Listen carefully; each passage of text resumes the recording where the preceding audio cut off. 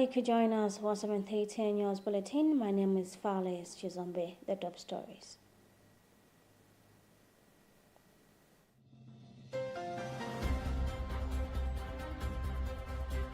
Pope Leo XIV sends condolences on passing of Cardinal Andrew Luntha, describes him as a good and zealous shepherd. State ordered to produce authenticated documents in Chisale's unexplained worthy case. Experts warn funding could be major obstacle for free education promise. U.S. court allows Trump administration to end protections for immigrants from Cameroon and Afghanistan. To have the details to this and many more, do stay with us. Pope Leo XIV has sent a telegram of condolence to Cardinal Laurent Orich, the current Archbishop of Paris. The message was in response to the passing of Cardinal André Vatois, who died on July 18th at the age of 82. Cardinal Vatois had served as the Archbishop of Paris for 12 years. During his tenure, he was known as a good and zealous shepherd to the Church in Paris. We have a Vatican News report read by Charity Chilanga. In his telegram, Pope Leo XIV expressed his spiritual closeness to those mourning the late Cardinal. He offered his prayers to the family, friends and colleagues of Cardinal Vit-Trois. The Pope's message highlighted the late Cardinal's dedication to his role. He remembered Cardinal Vit-Trois as a devoted leader who had served the Church with commitment and passion. The telegram was a gesture of goodwill and support from the Pope to the people of Paris and the wider Catholic community. It showed that the Pope values the contributions of his fellow clergy and is committed to supporting them in times of need. The news of Cardinal Vit-Trois' passing was met with sadness from the Catholic community in Paris and beyond. His legacy as a good and zealous shepherd will be remembered for years to come. Archbishop George Desmond Tambala of Lilongwe Archdiocese has called on Catholic faithful in the Archdiocese to remain steadfast in their faith despite facing various challenges in their daily lives. According to the Archbishop, it is crucial for Christians to depend on prayer and not be swayed by fake prophets or miracles. In a heartfelt message, Archbishop Tambala emphasized the importance of prayer in strengthening one's relationship with God, encouraging Catholics to hold on their faith, especially during difficult times, and to seek solace in the sacraments. Emmanuel Chocha has forwarded this report. The Catholic Church, with its rich history and tradition, offers a solid foundation for spiritual growth and guidance. Led by the Pope and the bishops, the Church emphasizes faith, worship, service, and community, providing a framework for Catholics to live out their faith. Archbishop Tambara reminded the faithful that life is filled with problems, including financial, marital, and health issues. However, he cautioned seeking solutions outside the Catholic Church, emphasizing that the Church is blessed with the sacraments that can provide healing and guidance. The Archbishop encouraged the Catholic to make good use of the sacraments, which are powerful means of encountering God's love and mercy. By doing so, Catholics can deepen their faith and find strength in times of needs. There is today a kind of, I would say, people are offering all kinds of things in terms of beliefs, in terms of ways of life, and in terms of promises that people are given. So we have churches, we have sects, we have all kinds of things, and we have even people who have been in the Catholic Church and they are calling people to another way of life out there. So our Christians, our Catholics, I've noticed one thing, and I say today, we are not stable. A kind of roaming around. No, today they are here, tomorrow they are there. So this kind of nomadism and this kind of roaming around for our faith is not good. So I say, let's be stable. Let us love the church. Let us be content with what we have. In a world filled with uncertainties, Archbishop Tambala's message serves as a reminder of the importance of staying grounded in one faith. By relying on prayer and the sacraments, Catholics can navigate life's challenges with confidence and hope. Ultimately, Archbishop Tambala call to stand firm in faith is a timely reminder of the importance of spiritual resilience. Third witness in the unexplained worthy case involving former presidential security aide Norman Chisale has told Financial Crimes Division of the High Court that Chisale imported 62 vehicles in 2 years. The witness, a tax investigation manager for Malawi Revenue Authority, MRA Alina Banda, says the vehicles are worth more than 407 million kwacha. However, Chisale's lawyer Stenchira objected to what he called unauthenticated electronic documents, which the court agrees with and orders production of the original by the state. Robert Edward has filed this report. According to the Director of Public Prosecutions, Masauko Kagara, on a normal day, authenticating the documents would take them at least 3 hours, hence sure that they will comply with the court direction.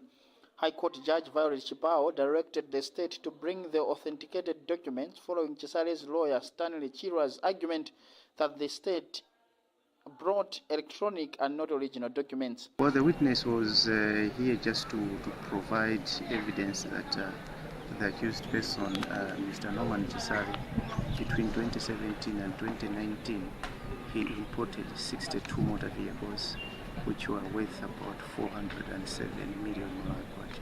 That's all they would. According to Chira, they cannot continue arguing on the case using the documents that the defense is not sure if they are original or not. Regards those documents which were brought in court, they were not original documents, and they could not be brought in court in their original format. As such, what needed to be brought was copies, but there is need to know whether those copies are true copies of the original or not. So without that exercise, it is increasingly hard, especially in the times that we're living, to proceed in that manner, not knowing whether one thing is a true copy of another. The Financial Crimes Division of the High Court Judge Violet Chipao has since adjourned the matter to Wednesday for the continuation of the third witness testimony. Chisale, a former president, Professor Peter Mutharika's security aide, and opposition Democratic Progressive Party DPP Director of Youth, is answering allegations of accumulating unexplained wealth amounting to more than 4.6 billion kwacha. For Luntha, this is Robert Edward. Malawians are being urged to demand accountability from politicians ahead of the September 16 general election. Democratic governance expert Mavuto Bamus has cautioned voters against candidates who make empty promises or engage in petty squabbles. Instead, Bamus advises voters to prioritize politicians with concrete plans to address Malawi's major challenges: inequality, corruption, debt, and economic growth. Tanven Zumara has more details in this report. Bamusi sounded the alarm, stating that manifestos without clear anti-corruption strategies should be treated with skepticism. He urged citizens to withhold their votes from candidates who do not put transparency and accountability at the top of their agenda. Furthermore, Bamusi highlighted Malawi's crippling public debt, warning that the country is in the midst of a full-blown fiscal crisis that requires immediate attention from politicians. But they should vote for political candidates if they make strong commitments on reducing borrowing and on reducing the inequalities that have gripped this country. And as you might be aware by now, the inequality gap in Malawi is very wide. The rich are getting richer and the poor are getting poorer. At the same time, youths and women are bearing much of the burden of this poverty and inequality. His sentiments come after Malawi Electoral Commission MAC on the 14th of July 2025 launched a 60-day official campaign period for the September 16th general election, when Malawians will elect the president, members of parliament and ward councillors. By the 21st of July, two presidential aspirants, Malawi Congress Party's Dr. Lazarus Chakwera and People's Party's Dr. Joyce Banda, had launched their manifestos. For Luntha News, this is Tandiwe Zumara.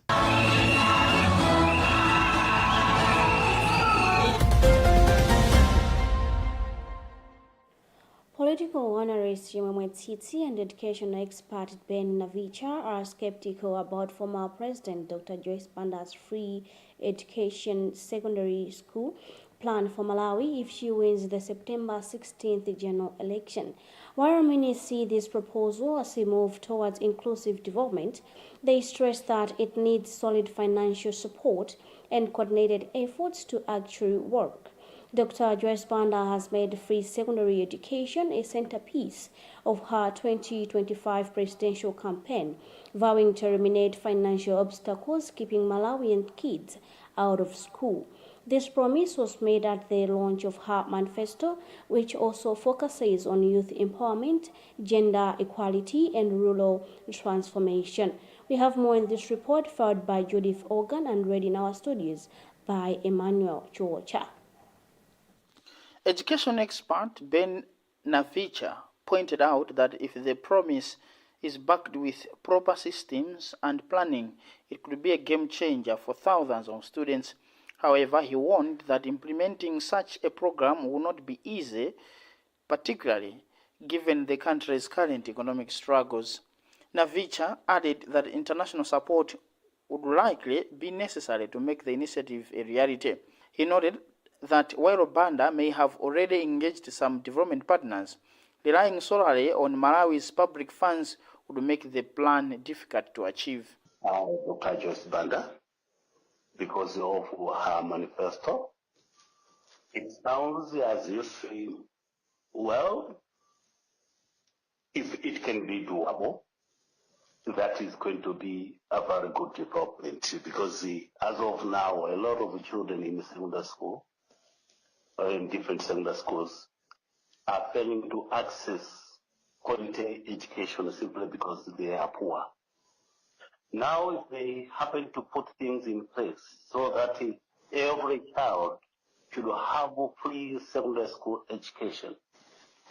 Political expert Tsitsi said Banda's presence at the Women's Manifesto launch was fitting, considering she remains the only female presidential candidate in this year's election.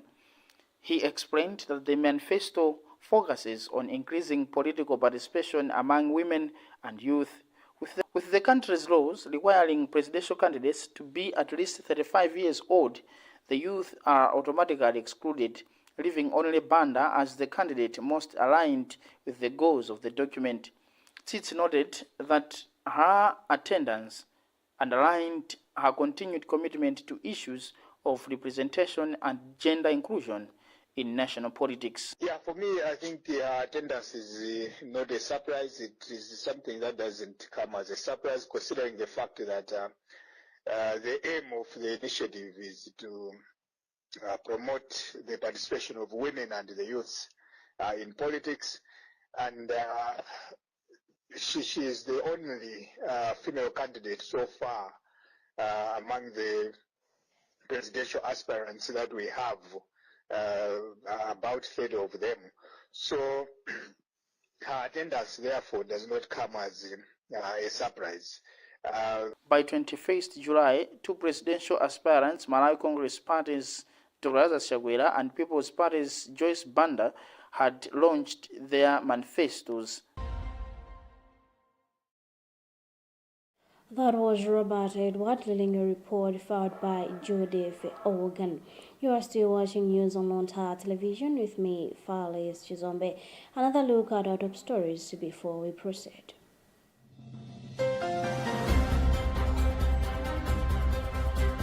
Pope Leo XIV sends condolences on passing of Cardinal Andrew Luntha, describes him as a good and zealous shepherd. State ordered to produce authenticated documents in Chisale's unexplained worthy case. Experts warn funding could be a major obstacle for free education promise. U.S. court allows Trump administration to end protections for immigrants from Cameroon and Afghanistan.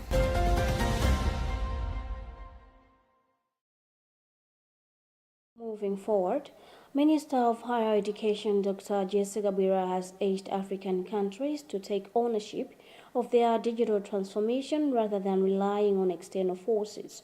She also stressed the need for education technology to be tailored to African contexts by embracing local languages, cultural values, and the everyday challenge faced by learners and educators. The Minister of Higher Education made the remarks during an event organized by the Center for Mathematics, Science and Technology Education in Africa, held in Nairobi, Kenya. We have more details in this report filed by Gifty Kalunga. Minister of Higher Education, Dr. Jessica Bwira, has urged African countries to take charge of their digital transformation by embracing technology and innovation. She also called on international partners, donors, and the private sector to invest not in short-term projects, but in scalable local innovations, emphasizing that Africa seeks collaboration, not competition. In his remarks, the Director of Science, Technology and Innovation, Associate Professor Chomora Mikeka, stated that the event marks the new era in science, technology, engineering, and mathematics STEM for Malawi to track the progress as provided for in the draft National Science, Technology and Innovation Policy, NSTIP, Monitoring and Innovation Framework. Mikeka also emphasized that the country stands to gain significantly from its active participation in such transformative initiatives to standardize, harmonize, and mobilize to scale the efforts of Africa as a continent with partners. In the aspects of education transformation, exploiting education technologies and the EdTech, and driven by the appropriate policies like the National Science, Technology and Innovation policies, but also within the preserve of the data protection laws, including the ratification of the Malabo Convention, which Malawi is party to and treated to all the aspects of the data protection, and particularly also leveraging and considering the handles of the disruptive digital emerging technologies, which are including the artificial intelligence. So this is something which is exciting. Meanwhile, the Minister of Higher Education has commended African Union Development Agency, AUDA, and New Partnership for Africa's Development, NEPAD, and its partners for launching the African Education Technology, EdTech 2030 Vision Plan and Policy Framework, which she held as a bold commitment to transforming education across the continent. For Luntha News, this is Gift Kalonga.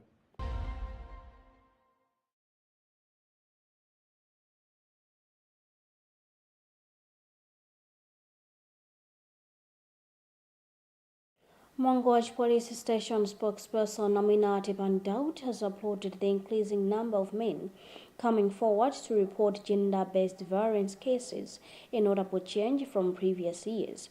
According to Debani, in the first half of the year 2025, through the station has through the Victim Support Unit registered 39 cases involving male survivors compared to 22 in the same period last year. We have more details in this report filed by Gift Kalunga. According to Tepandaud, some of the reported cases include husband abandonment, being denied sexual rights, and infidelity. She also said that this has been achieved through continued awareness campaigns, mobile courts, placement of complaint boxes in rural areas, and strong collaborations with stakeholders such as YouthNet and Counseling, UNESCO, and Ministry of Gender. We are pleased with the growing figures of men who are now coming forward to report gender-based violence cases, unlike in the past. The first half of this year, through our Victim Support Unit, we registered 39 cases involving male survivors, compared to 22 same period last year. Mongoj Police have reminded the public that gender-based violence can affect anyone, regardless of gender, and assured that all reports are handled with the utmost confidentiality and professionalism. They emphasize that officers in the Victim Support Unit Department are well trained to assist all survivors, and that reporting abuse is a sign of strength, not weakness. Meanwhile, the police have appealed to communities to support male survivors with compassion and dignity, and to avoid mocking or discouraging those who choose to speak out and seek help. For Luntha News, this is Gift Kalonga.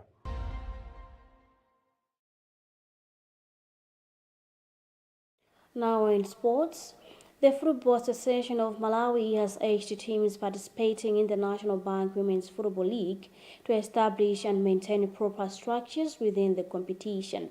This was emphasized during a two-day club licensing seminar held at Mpila Village in Blantyre. Patrick Pupa has more on this report. The Football Association of Malawi FAM, through club licensing manager Clement Kafafa, has emphasized that women's football teams in Malawi should be equipped with modern football structures. 9 teams participating in the National Bank of Malawi Women's Football League attended a seminar aimed at transforming the game in the country. Kafafa noted that the seminar would help teams remain independent in governing the sport. To have this women workshop, we really need to give them the way how these criteria works in terms of club licensing. We've gone several milestones in terms of how we should implement these criteria, so that at least our women should know exactly why are we doing the club licensing, what should we do with these club licensing criteria, so that at least there should be professionalism of the game, and there should be that transparency of everything in terms of club administration. One of the participants at the seminar thanked Football Association Malawi for the initiative. Now, I think it's going to help us in many ways. For example, we are now looking into how the standards of the league is going to be, for example, the standards of the infrastructures. So before, we were not even looking into how the infrastructures are supposed to be. We would just be like, this is game, we go, we play, no matter how the infrastructures are in whichever areas we are going to play. So I think this one is going to help us a lot in a way that we'll be looking at now. This is not how it's supposed to be, and we can get to report these cases as well. FAM revealed that 280 million kwacha has been allocated for the league, with the winner set to walk away with 10 million kwacha. The National Bank of Malawi Women's Football is scheduled to kick off on July 26, 2025. For Luntha News, this is Patrick Pupa. And in other news, a U.S. appellate court has ruled that the Trump administration can end temporarily protected status for immigrants from Cameroon and Afghanistan, despite legal challenges from immigration advocacy groups. TPS is a humanitarian program that allows individuals to stay and work in the U.S. if their home countries are deemed unsafe due to natural disasters, war, or other extraordinary situations. We have an African news report read by Charite Chilanga. The Trump administration announced that it would terminate TPS for Afghans and Cameroonians, affecting approximately 14,600 Afghans and 7,900 Cameroonians who face deportation or loss of work authorization. The Department of Homeland Security, DHS, argued that conditions in both countries have improved enough to warrant ending TPS. However, advocacy groups strongly disagree, citing ongoing humanitarian crisis in Afghanistan and Cameroon. The termination of TPS for Afghans and Cameroonians is part of the Trump administration's broader effort to wind down TPS for hundreds of thousands of migrants from countries like Honduras, Nicaragua, Venezuela, and Haiti.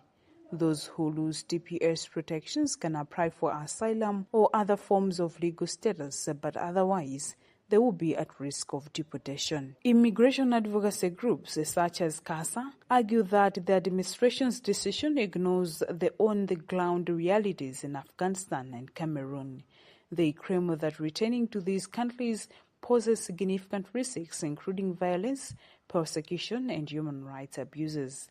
The groups are mobilizing legal challenges to contest the administration's decision. The end of TPS will have far-reaching consequences affecting not only individuals but also families, local economies and communities.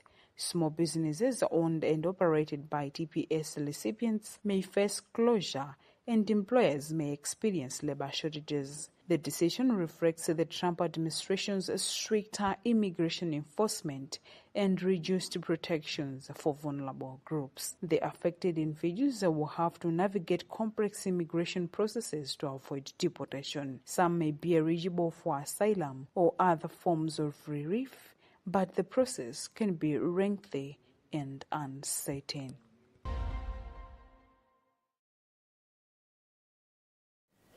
That item concludes our today's news bulletin. Before we go, a reminder of our top stories.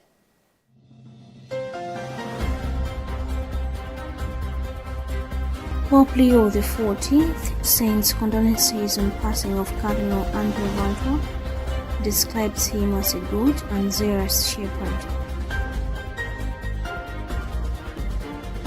State ordered to produce authenticated documents in Chisale's unexplained worthy case. Experts warn funding could be a major obstacle for free education promise. U.S. court allows Trump administration to end protections for immigrants from Cameroon and Afghanistan. I've been Fowler's Chizombe. Thank you so much for keeping me company and keep on watching the list of our programs here on Luntha Television. Stay safe and goodbye.